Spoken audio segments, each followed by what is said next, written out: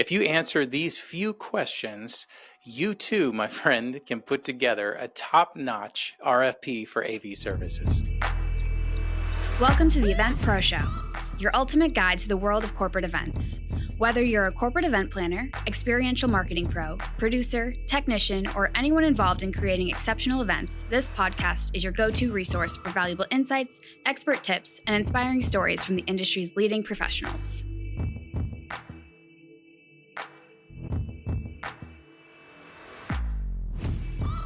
Well, thank you for joining me on the Event Pro Show. I am your host, Seth Macchi. I'm the CEO of LEMG. We're an event production company based in Charlotte, and we specialize in corporate events. And if you've ever struggled putting together an RFP for AV services, or if maybe this is your first time doing it, I will show you a few key questions and ideas to keep in mind when you're creating this so that you can provide something that an AV services provider can get back a wonderful proposal for you. And so it really doesn't matter, the formatting of it is up to you. There's templates online. You can find them at associations and different groups. You could do a Google search and find RFP templates for AV services online, or there's a lot of vendors that have wonderful templates you can download. But if you can answer these questions and you're doing your research to get ready to talk to AV services providers, these are the type of questions that you need to answer so that you're equipped and ready to go, and it won't be an issue for you. So remember, with your RFP, the goal should really, all it is allow your AV vendors to get a scope for the event. AV vendors typically are working on dozens, if not hundreds, of projects per year. And so you want to give them something that shows whatever uniqueness it is to your event that they need to pay attention to so that they can give you exactly what you need to accomplish your goals or your stakeholders' goals. So really you need to start with key questions you need to answer so that people are equipped to provide a proposal. So key questions start with things like I just call them the basics. So you need dates, of course, of the event, the venue, inside the venue, what rooms, if you know, the show name, the client, all of those pertinent details, even down to like the actual way that you want the event referenced. So, for example, if this is Acme's Sales Explosion 2027, this is the way we want the event referred to going forward. Great. Put that in there so that all documentation has that in there and it's correct right from the beginning. After that, put in what type of an event it is and who's attending. For example, a sales event where sales training, a large corporation is bringing 1,000 salespeople to Phoenix, Arizona to learn the latest in their brand new CRM system and best practices. And then they have breakouts around that of training different elements of sales, try to close the deal, whatever. That type of an event is going to be completely different than an out-facing sales event for maybe like a software company that is having a user conference or a sales conference where all their top clients come and they show them tips and tricks and the latest update and what's new and success stories and all that. And they want to really impress the attendees. That's a totally different technology solution, quite frankly, depending on what you're trying to accomplish. So it's really good to know just from a super high level, 30,000 foot view of an event, who's the client, like who's at this thing and who's attending. It speaks to what the goal is. Where and when is it taking place? And again, that's in the basics, but it's just the geography of like making sure you're listing like where geographically this thing is happening in the States or wherever else. Will the audience be in person, virtual, or a mix, or like a hybrid kind of a thing? Speaking to literally where people are and what's the priority of who's hearing what and what's the most important thing that you're trying to accomplish. And I'll give you an example of what that might mean to you is let's say that a client comes to you and says, we want to do a hybrid event. We want to do an event where all of our executives speak on a stage, but they're speaking to maybe 30 people to give it kind of that energy. Those 30 people are just going to be internal people at HQ But then we're going to stream the event live to the 40,000 member global employees. And that's really what's important. The global employee experience is the priority. And so it helps, it helps to define, what is the mission of this event? What are you trying to accomplish? Who is the targeted audience here? And what do all the stakeholders want?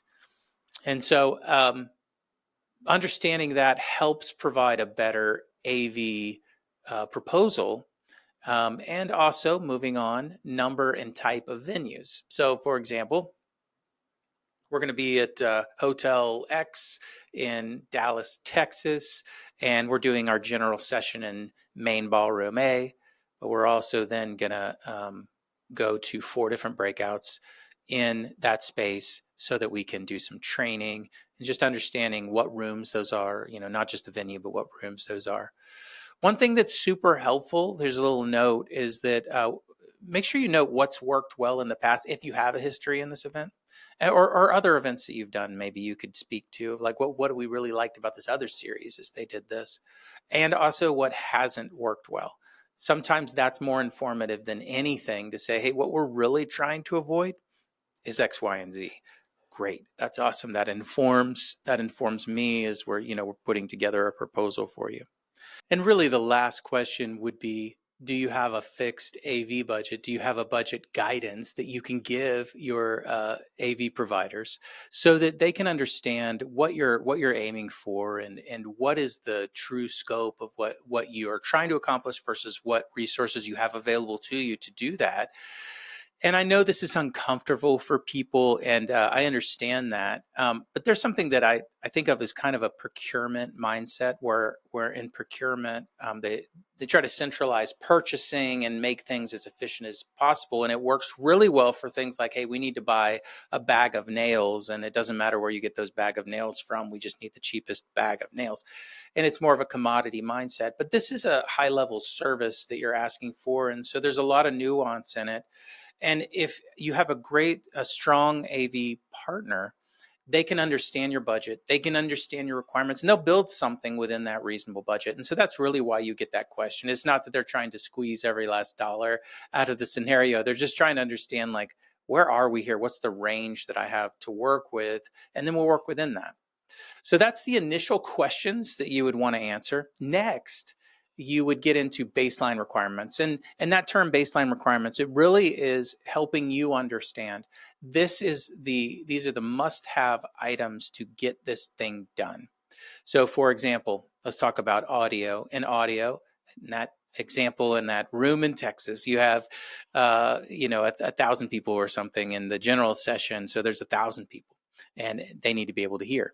Okay. And during the few days that we're in the general session, we're going to have some panels, and the largest moderated panel, everybody on stage at one time, be 8 people. Okay, so that's 8. That's the most microphones that'll be being used at any given time. Okay, noted. And so you start working through. So now you've answered the question of what type of, how many microphones. You've answered what type of sound system that you need in that space, because you know the venue, you know the room, you know the how many people are in there, and it implies how the PA, the sound system, is going to be pointed. And so it really starts working through that. So you've worked through audio, display. What do you intend to display? This is another baseline requirement. And so this might be a different answer if you're doing an accounting conference where all day they're going to be looking at QuickBooks Online on a screen and looking at line item detail of like accounting documents, versus maybe this is an award show. And in the award show, you just want it to be beautiful and exciting and fun, but there's never really going to be much detail that people have to like read tiny text. That might change how you design what the display is. Lighting, something as far as baseline requirements, one thing to really think about is this going to be recorded? And so stage wash will need to be very even, that type of thing. So it starts speaking into the lighting needs. And beyond that, when you get into more detail of these technical things, your AV provider will walk you through it. But these are questions you can kind of work through now that you can give them. Technical staff, you might not know what the entire staff is going to be like, how many people are going to be in the room, but you do know that you have a really tight run of show down to the minute, and you need somebody out there calling the show on intercom so that all the technicians are coordinated and we stay on schedule. Okay, you need a TD. And if you have a lot of executives that are going to be getting mic'd up, a lot of VIPs, a lot of A-level celebrities and stuff that need microphones and stuff backstage, and they needed to be treated professionally and made sure that everything looks nice and sounds good. And okay, you need an A2 backstage so that they can take care of that. And so as you work through this technical staff scenario, you might not know the entire staff, but you know key people that have made your events go well in the past, or key requirements that you're thinking, I think that's a person that, we need a stage manager, that, that type of thing.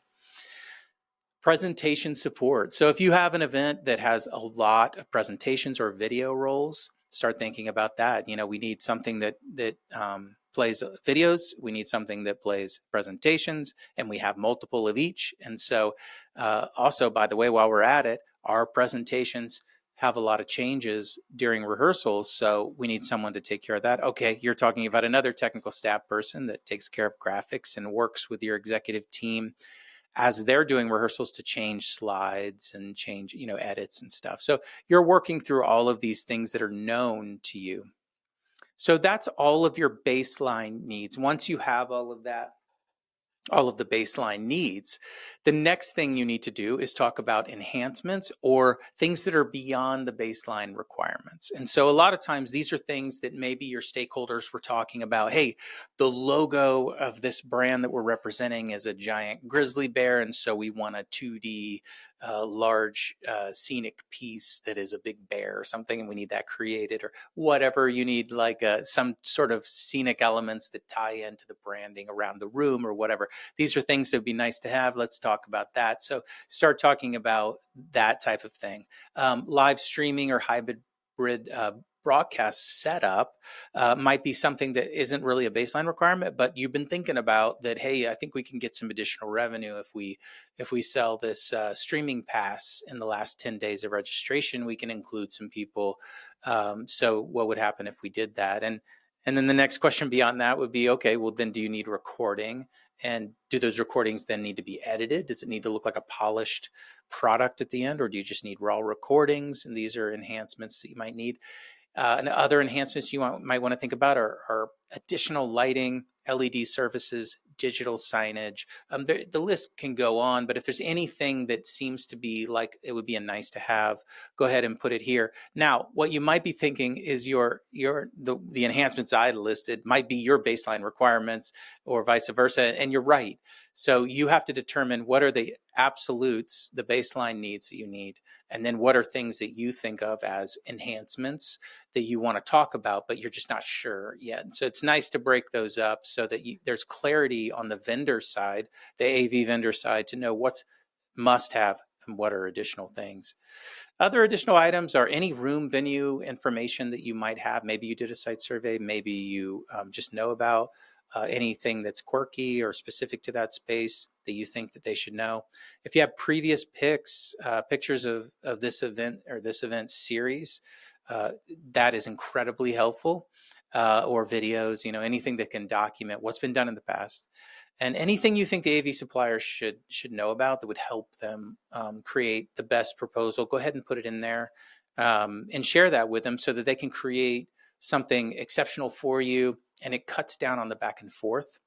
Now, one thing to expect after you do this is that most AV service providers will want to have at least one conversation with you before they put together the proposal. They'll send them this and let them digest it and sit with it for a while, but they'll want to talk it through with you to make sure that we're all on the same page before they dive into the project that is putting together a proposal and all the things that go with that, all the design work that might go with that.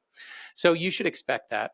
I hope this is helpful. If you do these things, you should be pretty well set to create great RFPs for AV services. And if you need any help, I'm always available. You can look me up, Seth Macchi, on LinkedIn. Just DM me there. I would be glad to help you. LEMG would be glad to help you as well. We focus solely on corporate events. So if that's your thing, let's talk. In the meantime, you can always find more tips and tricks or guests in the corporate event space at theeventproshow.com, where you can follow along in our journey that is this podcast. I appreciate your time. Thank you so much, and hope you have a wonderful day. The Event Pro Show is a production of LEMG, video by Nick Barrett, audio and post-production by Prince Thompson. You can learn more about us at lemg.live.